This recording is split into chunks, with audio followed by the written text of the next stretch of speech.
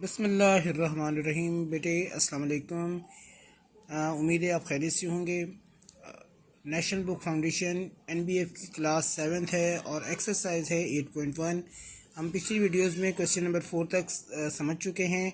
Question number 5 आ जाइए। Question number 5 में कहता है कि गिवन इक्वेशन 5x + 4y = 20। ये एक इक्वेशन दी हुई है और कहता है right the equation in the term of y and x, यानी आपने इसमें y और x की वैल्यू जो है वो फाइंड आउट करनी है। सिंपल सी बात है, अगर आपने y की वैल्यू मालूम करनी है तो y के अलावा लेफ़्ट हैंड पे जितनी भी चीज़ें हैं उन्हें आप तरीक़ेकार के मुताबिक राइट हैंड पे ट्रांसफ़र कर देंगे। तो अगर y को पता करना है तो आपने पहले x को राइट हैंड पे ट्रांसफ़र करोगे तो ये माइनस का 5x हो जाएगा। 4 इसके पास रह गया, ये मल्टीप्लाई कर रहा है, इसे आप राइट हैंड पे ले आएंगे तो ये डिवाइड कर देगा। अगर आप इसको इस तरह से लिखते हैं ये भी सही है, और दोनों को अगर अलग अलग देते हैं यानी 20/4 कर देते हैं और 5x/4 कर देते हैं तब भी दुरुस्त होगा। अगर ये इस तरह से है तब भी सही है, और अगर आप इसे देते हैं 20/4 माइनस 5x/4, और ये जाहिर है कि आपका हो जाएगा कि y = 4 1 ज़ा 4 5 ज़ा -5 माइनस 5x/4, तो ये भी तरीका दुरुस्त होगा।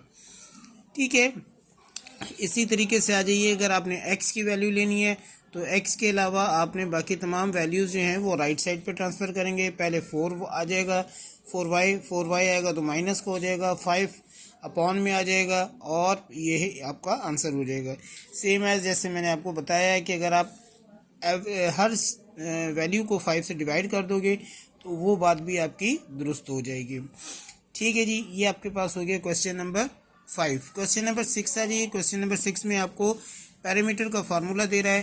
Parameter means the sum of all sides. अब आ जाइए, पैरामीटर का कहता है जी, perimeter of triangle is given by the formula perimeter p = 2l + 2y + 2l + 2w। 2 length हैं, 2 विड्थ हैं, where l = length and w = width. Number 1, पहले आपसे कहता है सॉल्व द फार्मूला। फार्मूले को सॉल्व करें फॉर द विड्थ w, यानी w की वैल्यू पता करनी है और आपने बताना है कि w की वैल्यू क्या बनेगी। सेम चीज़ बेटा जो आपने अभी ऊपर वाले सवाल में सीखी है उसमें भी ये जो है कि w के अलावा बाकी ऑल वैल्यूज़ आपकी राइट हैंड पे जाएंगी। सबसे पहले आप 2l को लेकर आ गए, 2l को लेकर आओगे तो 2w = p - 2l। 2 इसके साथ मल्टीप्लाई कर रहा है तो आपने 2 को दोनों के साथ डिवाइड कर देना है, तो p/2 हो जाएगा। 2 इधर डिवाइड हो गया है, यहाँ पर भी ले आइएगा, तो p/2 का तो p/2 रहेगा। 2 के साथ कैंसिल और आपके पास l रह जाएगा। ये आपके पास w की वैल्यू हो जाएगी। फिर आपसे कहता है कि यूज़ दी री रिटर्न फार्मूला, यानी जो आपने री रिटर्न फार्मूला बना लिया है इसको यूज़ करेंगे और इसमें आपने इसकी वैल्यू पता करनी है। अगर आपके पास पैरामीटर की वैल्यू दे रहा है 100, ये आपके पास सेम रहेगी। और फिर कहता है कि अगर फर्स्ट टाइम आप लेंथ बना लें 25 तो बताइए कि इसकी वैल्यू क्या बन जाएगी। आ जाइए, आपके पास फार्मूला क्या है, आपको पता है कि पैरामीटर = 2l + 2w। 100 p = 100 हो जाएगा आपके पास। ठीक है जी, 2l तो 2l की वैल्यू 25 + 2w, 25 2 ज़ा 50 हो गया। 50 को आपने दूसरी तरफ ट्रांसफ़र कर दिया तो आपके पास माइनस को हो गया। 2w = 50, 100 - 50 आपके पास रह जाएगा 50। 2 को आप बोथ साइड डिवाइड कर लीजिए और आपके पास w की वैल्यू जो है वो रह जाएगी 25 और ये आपके पास आंसर हो जाएगा। एक सवाल हम इस वीडियो में और देख लेते हैं। क्वेश्चन नंबर 7 है, उसमें कहता है given centigrade = 5/9 Fahrenheit - 32 is the relation between centigrade and Fahrenheit C and DF। अब आपसे कहता है where C is Celsius and F is equal to Fahrenheit. पहली चीज़ वो यही कहता है कि जनाब आपने फ़ारेनहाइट के लिए फार्मूले को सेट करना है और फिर आपको जब फ़ारेनहाइट में सेट कर लेंगे फिर वैल्यूज़ देके ये मालूम करेगा। तो पहले आपने लिख लिया जो फार्मूला दिया हुआ है, centigrade is equal to 5/9 F minus 32। आपने फ़ारेनहाइट की वैल्यू पता करनी है, इसलिए 5/9 और 32 1/1 करके दूसरी तरफ आएंगे। ये मल्टीप्लाई कर रहा है, इसलिए जब आप इसको दूसरी तरफ ट्रांसफ़र करेंगे तो ये डिवाइड हो जाएगा, मीन्स उलट हो जाएगा और ये 9/5 हो जाएगा। इसको रीराइट करके लिखते हैं तो आपके पास f is equal to 9/5 centigrade. 32 minus कर रहा है, 32 को आप दूसरी तरफ ट्रांसफ़र करते हो तो ये प्लस करेगा और ये इसकी वैल्यू बन जाएगी फ़ारेनहाइट की या f की।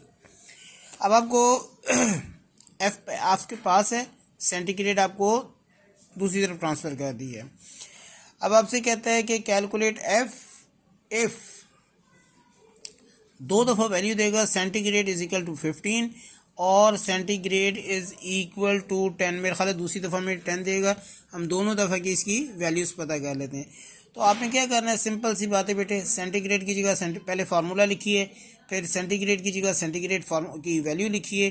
5 और 15 क्रॉस में काट रहे हैं, आप एक दूसरे से काट दीजिए और f इज इक्वल टू हो जाएगा 9 3 27 प्लस 32 और दोनों को जब आपने ऐड किया तो ये 59 हो जाएगा। यानी अगर सेल्सियस में आपके पास टेम्परेचर शो कर रहा है 15 डिग्री तो वो फ़ारेनहाइट में आपके पास आ जाएगा 59। और सेम एज़ अगर आपके पास ये ज़रा सा चेंज कर लेता है, जैसे कि ये सवाल में ही शायद यहाँ नहीं दिया है लेकिन सवाल में दे रहा है 10 दे रहा है सेकेंड टाइम वैल्यू उसकी। तो सेल्सियस की अगर आपके पास 10 हो जाती है तो फिर आपने क्या करना है कि दोनों कटे और आपके पास 9 2 18 प्लस 32 इक्वल टू 15 हो जाएगा और ये आपका आंसर हो जाएगा। बेटी जी ये दो आपको सिर्फ सवाल वाले ने वैल्यूज़ दी हैं, अगर वैल्यू चेंज भी हो जाती है तो कोई फ़र्क नहीं पड़ेगा।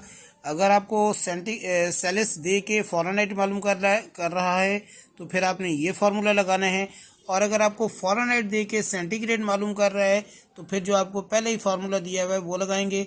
फ़ारेनहाइट लेंगे, 32 से माइनस कर देंगे एंड रिमेनिंग जो चीज़ रह जाएगी उसे 5/9 से मल्टीप्लाई कर लेंगे।